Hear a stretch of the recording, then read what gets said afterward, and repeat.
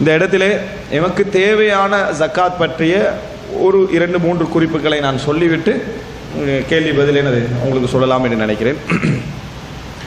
முதல் விஷயம், ரமதானில் தான் ஜக்காத்து கொடுக்கணும் என்கின்ற எந்த நிபந்தனையும் இல்லை. ஆனால் எல்லோரும் ரமதானை ஜக்காத்துக்கு கொடுப்பதற்கான ஒரு முறைமையாக வைத்திருப்பது பிழையும் இல்லை. காரணம், நம்ம நமக்குரிய ஜக்காத்தை ரமதானில் கொடுக்கின்ற ஒரு டைம் டேபிள் அவங்களுக்கு வைத்து கொண்டு விட்டால், ஏன்னா இஸ்லாமிய அரசு இல்லாத மக்கள் தான் அதிகமாக இருக்கிறாங்க. இஸ்லாமிய அரசாங்கம் இருந்தால் அது குறிப்பிட்ட டைமில் என்ன செஞ்சிடும், அது எடுத்துரும். இஸ்லாமிய அரசாங்கம் இல்லாத சூழ்நிலையில் இருக்கிற நேரங்களில் அவர்கள் ஜக்காத்தை கொடுப்பதற்கென தங்களுக்கு தோதுவான ஒரு டைம் என்ன செய்யணும், வகுத்து கொண்டால் நல்லது. சாதாரணமாக ஒரு சின்ன சின்ன அமௌண்ட் உள்ளவங்களை பொறுத்த வரைக்கும் லேசாக என்ன செஞ்சிடலாம், கொடுத்துடலாம். பெரிய கோடிக்கணக்கான விகள் உள்ளவர்கள் ஒரு டைமை வகுத்து கொள்வது நல்லது என்கின்ற அடிப்படையில் ரமலானை தங்கள் ஜக்காத்துக்குரிய அந்த இடமாக மாற்றிக்கொள்வதில் தவறு கிடையாது.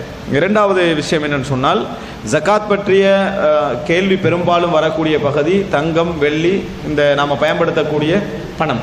இதில் தான் இந்த கேள்விகள் கூடுதலாக வரும். ரசூலுல்லாஹி ஸல்லல்லாஹு அலைஹி வஸல்லம் அவருடைய காலத்தில் தங்கம் எப்படி நமது காலத்திலே நகையாகவும் பணமாகவும் இருக்குதோ அதே மாதிரி ரசூலுல்லாஹோட காலத்தில் இருந்துச்சு. ஆனால் என்ன அப்படி என்று சொன்னால், இன்றைக்கு நம்ம நாணயமாக தங்கத்தை பயன்படுத்துவதில்லை, நாணயமாக தங்கத்தை பயன்படுத்துவதில்லை, வெள்ளியை பயன்படுத்துவதில்லை.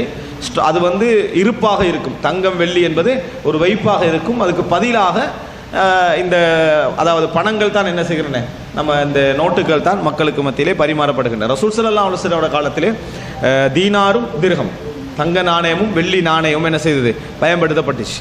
அது அல்லாமல் தஹப் வல் ஃபித்தா அப்படி என்று சொன்னால், தங்கம் வெள்ளி என்று சொன்னால் நாணயமாக இல்லாதவற்றுக்கும் என்ன செய்வார்கள், அதை சொல்வார்கள். தங்கம் வெள்ளி என்று சொன்னால் நாணயமாக ஹுலியாகவும், அதாவது நகையாகவும் பயன்படுத்தப்பட்டு நாணயமாகவும் என்ன செஞ்சது, பயன்படுத்தப்பட்டது. ரசூலுல்லாஹி ஸல்லல்லாஹு அலைஹி வஸல்லம் அவர்கள் கணக்கு சொல்கின்ற பொழுது சொன்னார்கள், 20 மிஸ்காலிலே ஜக்காத்து கடமைன்னு சொன்னாங்க.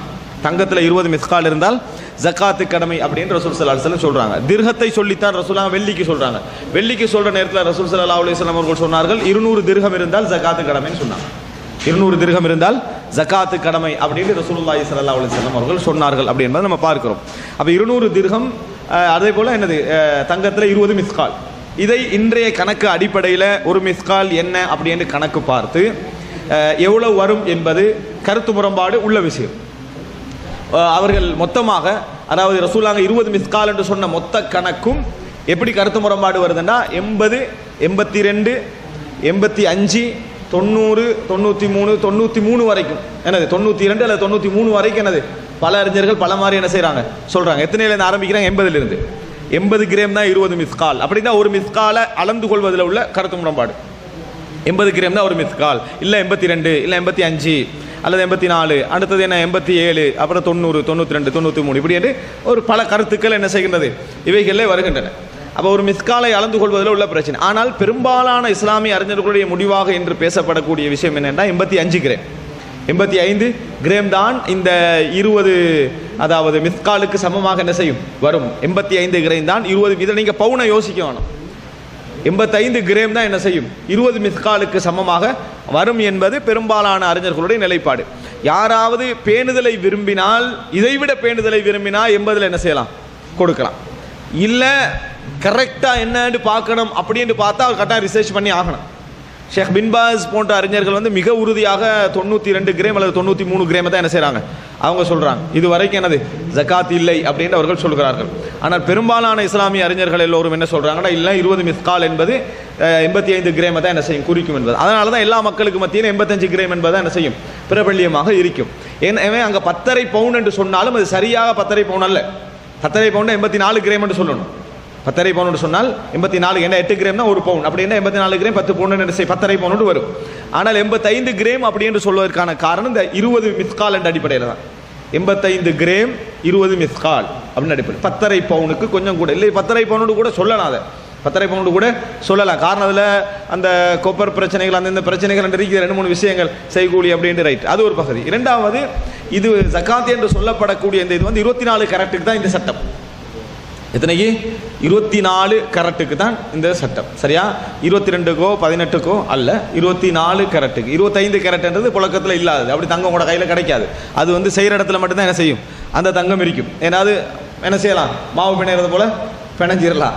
அதனால 24 கரெக்ட் தான் நம்மளோட கையில் என்ன செய்யும், கிடைக்கும்.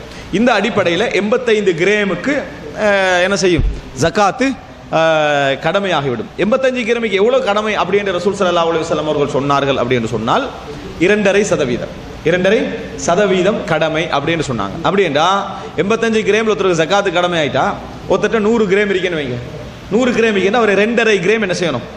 கொடுக்க வேண்டும். 2.5 கிராம் கொடுக்க வேண்டும். இதை நீங்கள் சிம்பிளாக விளைக்கிறேன்னா 40 கிராமுக்கு 1 கிராம், 40 கிராமுக்கு 1 கிராம், 80 கிராமுக்கு 2 கிராம், 100 கிராமுக்கு 2.5 கிராம்னு விளைக்கணும். எதை வந்து 200 கிராம் இருக்கேன்னு சொல்கிறாங்களா, நீங்கள் உனக்கு ஒரு அதாவது 20 பவுண்டுக்குன்னு சொல்கிறாங்களா, அத்தனை கிராமுக்கு மாற்றிடுங்க. அத்தனை என்ன செய்யுங்க? கிரேடுக்கு மாற்றுங்க. கிராமுக்கு மாற்றினா 160 கிராம் வரப்போகுது. 40 கட்டு பாருங்கள். அப்போ 40 கண்டு பார்த்துட்டு வந்தீங்கன்னா உங்களுக்கு என்ன செய்யலாம்? 1 கிராம், அரை கிராம் எல்லாம் உங்களுக்கு என்ன செய்யலாம்? ஈஸியாக கண்டுபிடிச்சிடலாம். உதாரணத்துக்கு ஒருத்தர் வந்து சொல்கிறார் எனக்கு 20 பவுண்ட் இருக்குது அப்படின்றாங்க. அப்போ 10 பவுண்ட் வந்து 80 கிராம் ஆகிடுச்சு. 10 பவுண்ட் 80 கிராம், அப்போ 160 கிராம். 160 கிராம்னா 40 கொண்டு பண்ணி பாருங்கள். 120க்கு 3 கிராம் கொடுக்க போகிறீங்க. 120க்கு 3 கிராம் கொடுக்க போகிறீங்க. 160க்கு 4 கிராம் என்ன செய்கிறோம்? கொடுக்கும். இப்படி தான் என்ன செய்யணும்? 40க்கு 1 கிராம் என்ன நீங்கள் பார்த்துட்டீங்கன்னு சொன்னால் ஈஸியாக உங்களுக்கு என்ன செஞ்சிடலாம்?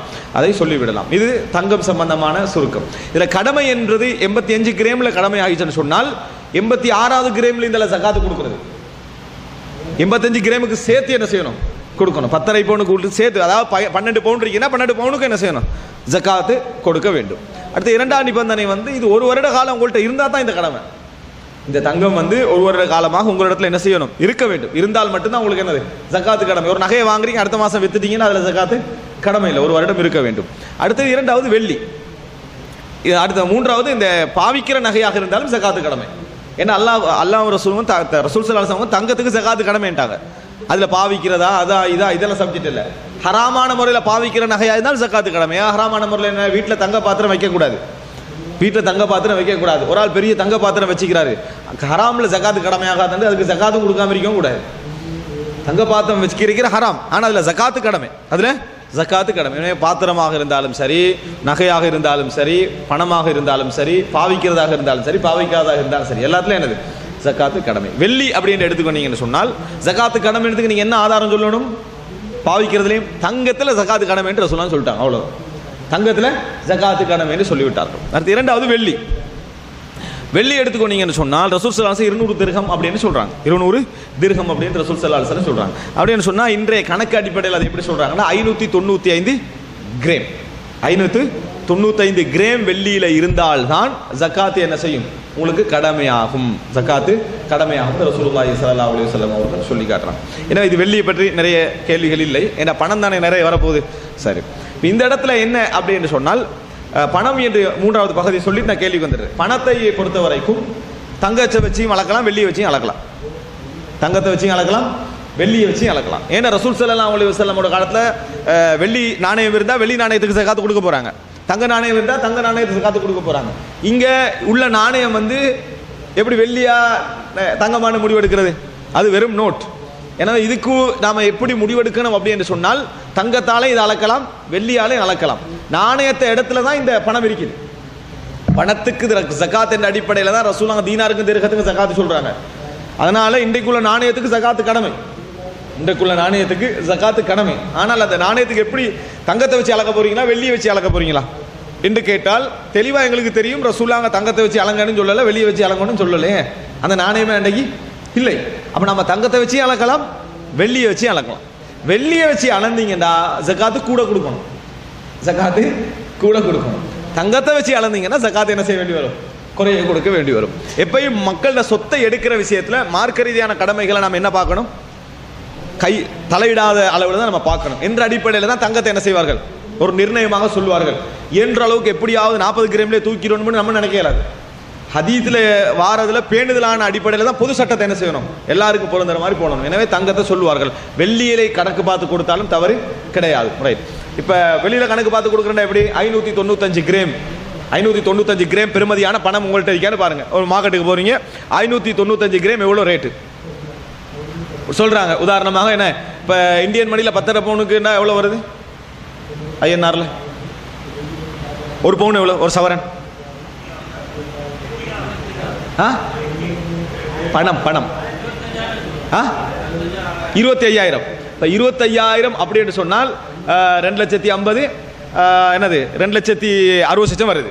ரைட். 2,62,500 2,62,500 என்றது பவுனுக்குள்ளது. நீங்க 10.5 சவரன் எவ்வளோன்னு கேட்டால் அவ்வளோ சொல்ல போறாங்க. இப்போ இலங்கையில் ஒரு 4 லட்சம் 4.5 லட்சம் வரும்னு வைங்க. இதே நீங்க வெள்ளியில கொடுக்கணுமா, நேர போய் 595 கிராம் வெள்ளி எவ்வளவு போகுதுன்னு கேளுங்க. அப்ப அவன் என்ன சொல்ல போறான்னா 1.5 லட்சம் போகும்னு சொல்ல போறான்னு வைங்களேன். அப்போ 1.5 லட்சத்தை உங்களுக்கு என்ன ஜக்காத்து கடமையாகும். நாங்க கேட்கலன்னு முடிவெடுத்தீங்களோ சரியா, அப்படித்தான் என்ன செய்யும் அந்த ஜக்காத்து அதுல கடமையாகும். சரி, எனவே தங்கத்திலையும் பார்த்து கொடுக்கலாம், வெளியில பார்த்து கொடுக்கலாம். வெளியில பாத்தீங்கன்னா இந்த பணத்தை நீங்க வெள்ளியாக்குறது நீங்க அர்த்தம், இல்ல இட தங்கமாக்குறது நீங்க அர்த்தம். இவ்வளவுதான். இப்படி பார்த்து உங்களுக்கு ஜக்காத்து கொடுக்கலாம், இதுல தவறு இல்லை. இதுல நம்ம ஒரு வருட காலம் அந்த பணம் இருந்தால் மட்டும்தான் அதுக்கு என்ன ஜக்காத்து என்ற பகுதி என்ன செய்யும் கடமையாகும். பணமாக இருந்தாலும் எதுவாக இருந்தாலும் ஒரு வருட காலம் இருந்தால் மட்டும்தான் ஜக்காத்து கடமையாகும். இது தவிர இந்த ஒயிட் கோல்டுன்றதும் தங்கத்தில் உள்ளதுதான், ஒயிட் கோல்டுன்றதும் தங்கத்தில் உள்ளதுதான். ஆனால் பிளாட்டினமோ மற்ற நாணயங்களுக்கோ மற்ற அதாவது ஆபரணங்களுக்கோ ஜக்காத்து கடமை கிடையாது. இதுதான் சுருக்கமாக ஜக்காத் பற்றிய நம்ம போன வாரம் ரமலான் பற்றிய ஒரு அறிமுகம் செஞ்சோம். இப்போ ஜக்காத் பற்றிய அறிமுகம் இன்ஷா அல்லாஹ். மேலும் மக்களை நன்மையின் பக்கம் அழைப்பவர்களாகவும் நல்லதை கொண்டு மக்களை ஏவுபவர்களாகவும் தீயதிலிருந்து மக்களை விலக்குபவர்களாகவும் உங்களிலிருந்து ஒரு கூட்டத்தார் இருக்கட்டும். இன்னும் அவர்களே வெற்றி பெற்றோர் ஆவர்.